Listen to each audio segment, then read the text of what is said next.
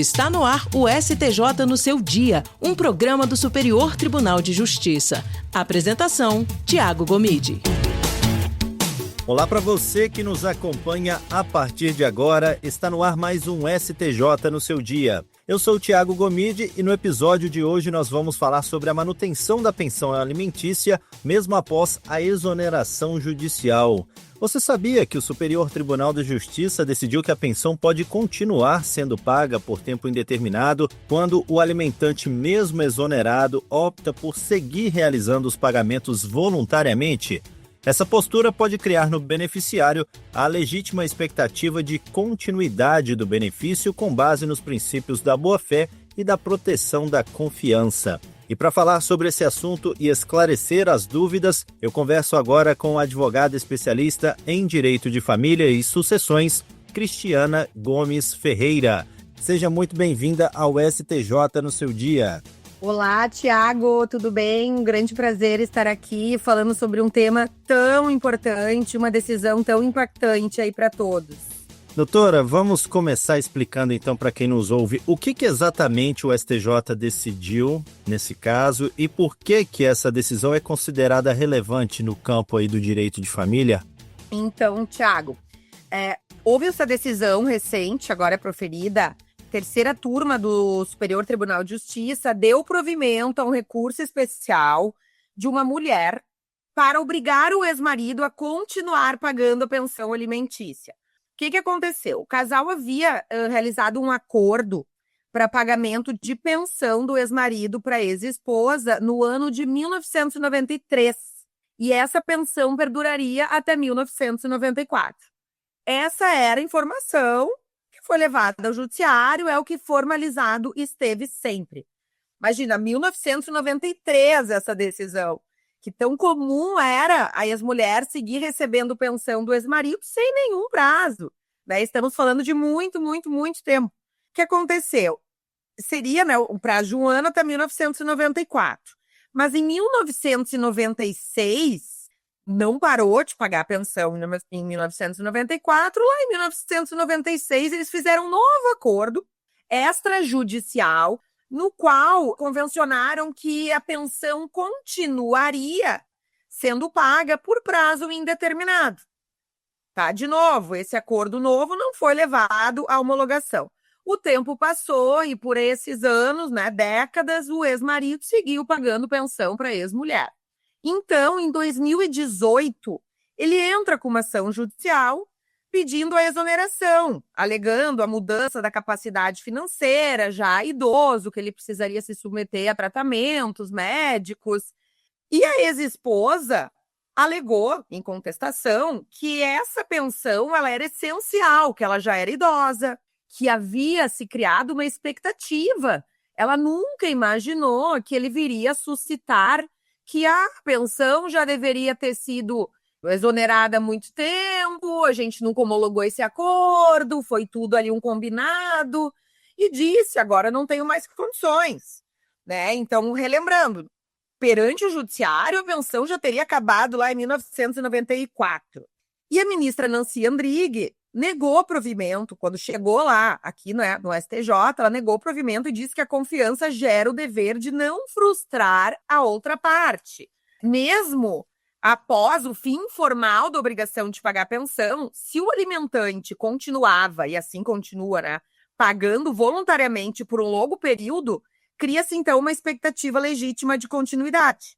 O comportamento reiterado ao longo do tempo altera então o efeito jurídico desse acordo, priorizando, aí, enaltecendo, né, dando efeito a esse acordo que foi feito implicitamente, ainda que não tenha sido homologado, e sustenta aquela obrigação. Então, o STJ, isso é importante, né, mantém essa ideia de que a pensão ela tem caráter transitório, via de regra, mas que cada caso deve ser analisado de forma específica. E, neste caso, ela seguiu recebendo por anos, criou uma legítima expectativa de direito e o judiciário, né, o direito, o ordenamento jurídico, então, deve tutelar essa confiança nesta relação, por isso ter acontecido por tanto tempo. Doutora Cristiana, o STJ usou aí os conceitos da suprécio e da surrectio, né, para solucionar esse julgamento. Queria que você explicasse para os ouvintes de forma mais simples o que significam e como se aplicam esses dois conceitos nas relações familiares. Perfeito. São conceitos ligados à boa-fé objetiva. A suprécio ocorre quando alguém deixa de exercer um direito por muito tempo e a outra parte, então, passa a acreditar que ele não mais será usado. Ou seja, a suprécio teria ocorrido, né, em relação ao pagador, ao alimentante. Existe essa sinalização que por ele ter deixado de exercer um direito por tanto tempo, ele é como se ele tivesse, então, né, perdido, vamos lá, aspas, né, esse direito de exonerar a pensão de alimentos. E em relação à ex-esposa, falamos em surrectio, que é o oposto. Né? Quando a conduta reiterada cria na outra parte a expectativa. Então, nasce um direito, né? Ela adquiriu essa expectativa. Então, o mesmo fato gera, a partir dele, incide aí a suprécio em relação ao alimentante, vamos pensar suprécio, a supressão deste direito. E a surrectio, que é aquisição deste direito, né, pela justa expectativa que foi criada. E essa decisão do STJ, ela representa uma mudança na jurisprudência ou reforça entendimentos anteriores sobre a continuidade da pensão alimentícia? Perfeito. Não exatamente, tá, Tiago? Na realidade, a regra segue sendo a pensão de alimentos com este caráter transitório. O STJ já consolidou esse entendimento que a pensão de alimentos a ex-cônjuge e ex-companheiro é dotada de natureza transitória, né? Busca viabilizar a reorganização financeira de quem ficou em desvantagem após o divórcio. Ou seja, não se trata de uma regra automática, tá? Mas de uma exceção. O STJ reforça que cada situação deve ser analisada conforme as circunstâncias concretas. Então, não é uma regra que é criada em relação a todos os casos, vamos bem dizer assim, não tem caráter vinculante de forma alguma, mas neste caso específico foi reconhecida essa questão. Não que outras decisões nos tribunais estaduais já não tenham enquadrado a situação da mesma forma, já utilizado esses conceitos. Isso não é uma novidade no que diz respeito às decisões nos tribunais de justiça brasileiros, mas no STJ, nós sabemos que as decisões ali, elas são outro grau de relevância e criação de conceitos. A decisão traz uma inovação, sim, no momento em que ela aprofunda a aplicação da boa-fé objetiva e da tutela da confiança nas relações familiares.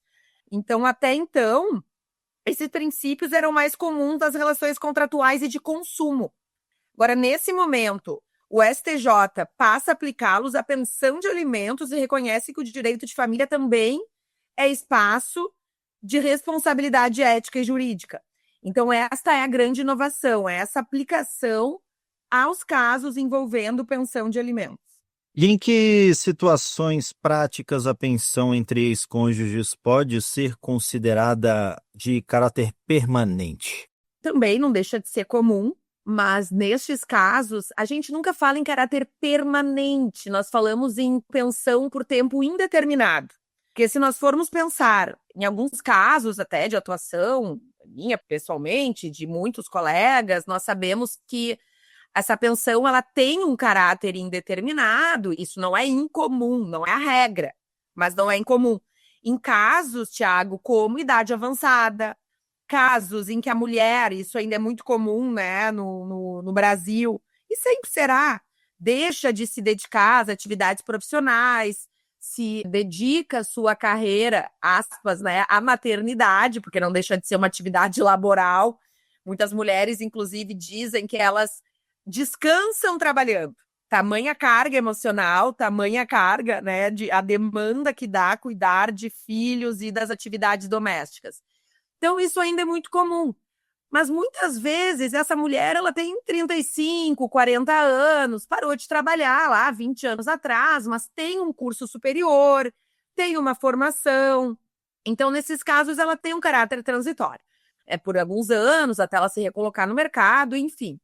mas não está muito vinculado à idade, te respondendo. Muitos casos, ainda que a mulher seja jovem, ou o homem também, né, seja jovem, ela pode ser estabelecida por tempo indeterminado, porque afinal não se sabe se vai acontecer essa recolocação. Tem uma probabilidade baixa pelas características daquela mulher, daquele homem, né, alguma doença, isso é muito comum, sobretudo em casos envolvendo divórcios ali acima de 60 anos, na terceira idade. Então, veja só, o que acontece? Por que eu digo tempo indeterminado? Porque ainda que a gente pense num casal que tem 60 anos, 65, que se separa, essa mulher ou esse homem que recebem a pensão, eles podem vir a ter um novo casamento, né? Uma nova união estável. E isso já é fundamento para exoneração de alimentos. Então, muitas vezes, a gente está falando aqui de uma pensão de alimentos por tempo indeterminado, com uma probabilidade de ser eterna, perene, mas circunstâncias da vida sobrevêm e acabam fazendo com que essa pensão ela seja, então, objeto de exoneração. A gente nunca pode bater o martelo, porque a vida ela é muito dinâmica. Então, por tempo indeterminado, eu te diria, assim, mais objetivamente respondendo, muito mais comum naqueles casos envolvendo divórcios ali da terceira idade, ou em casos de, ainda que abaixo dos 60 anos, essa mulher tenha se dedicado prioritariamente ao lar, à família, ainda que receba um valor módico daqui a pouco, lá de salário, oriundo das suas atividades profissionais, pode ser concursada, mas aquele valor não vai ser suficiente para garantir o seu sustento. E como equilibrar aí o direito do alimentante de pedir a exoneração com a proteção da confiança do alimentando? Veja, ótima pergunta, né? Muitas vezes o que a gente verifica é a passagem do tempo justificar uma redução do valor da pensão, né? Não significa que a pensão ela não será reduzida, porque nós temos aí o binômio necessidade e possibilidade. Isso não se confunde com a exoneração, né? Se as possibilidades reduzem ao longo do tempo ou as necessidades aumentam, isso tem que ser analisado casuisticamente. Não significa que aquela pensão não vai sofrer uma redução de forma alguma, mas que ela não vai ter, vai seguir vigendo, sem um tempo determinado, sem uma data para a sua exoneração. E de que maneira que essa decisão ela pode orientar juízes, tribunais de todo o país na análise de casos semelhantes a esse envolvendo a pensão entre ex-cônjuges? De uma forma muito, muito, muito expressiva, né? A gente pode verificar que, como eu havia referido, ela aprofunda a aplicação da boa-fé objetiva e da tutela de confiança. Então, mesmo em casos em que a pensão de alimentos não tenha sido objeto de um acordo com termo final, verifica-se, por exemplo, num contexto em que a mulher, vamos falar da mulher porque é mais comum ainda, né? Sem maiores delongas, foi sustentada por muitos anos, e ainda que trabalhe, né, mas ela tem ali uma expectativa, ela possuía essa expectativa de que ela seguiria sendo sustentada por aquele marido, porque eles tiveram filhos, sobretudo nesses casos, tiveram filhos. Então, ainda que a gente não esteja falando, neste caso, por exemplo, numa exoneração, mas sim numa fixação de alimentos, veja só, um caso diferente, né, que se distingue aí na essência, se poderá suscitar a aplicação da boa-fé objetiva, referindo, havendo aí uma referência direta a esta decisão do STJ. Porque essa decisão, ela aprofunda conceitos, Thiago, e esses conceitos podem ser aplicados a qualquer demanda envolvendo pensão entre ex-cônjuges e companheiros. Então, a gente não precisa analisar ela de forma adstrita a casos envolvendo uma exoneração, ou um caso idêntico em que o ex-marido ficou pagando por anos a pensão, mesmo após a data, né, o termo final. Mas não, suscitar isto mesmo em casos de fixação de pensão de alimentos. Ok, doutora Cristiana Gomes Ferreira, muito obrigado pela disponibilidade e participação aqui no STJ no seu dia. Contem sempre comigo. Obrigada, Thiago, aí pelas excelentes perguntas e pelo diálogo que nós construímos aqui. STJ no seu dia, um programa do Superior Tribunal de Justiça. E o STJ no seu dia vai ficando por aqui. Agradeço desde já pela sua companhia na Rádio Justiça e também pelas plataformas digitais. O STJ no seu dia tem produção de Caio Baltazar, trabalhos técnicos de Roberto Glória, direção e coordenação geral de Daniele Lombardi. Até o próximo episódio. STJ no seu dia, um programa do Superior Tribunal de Justiça.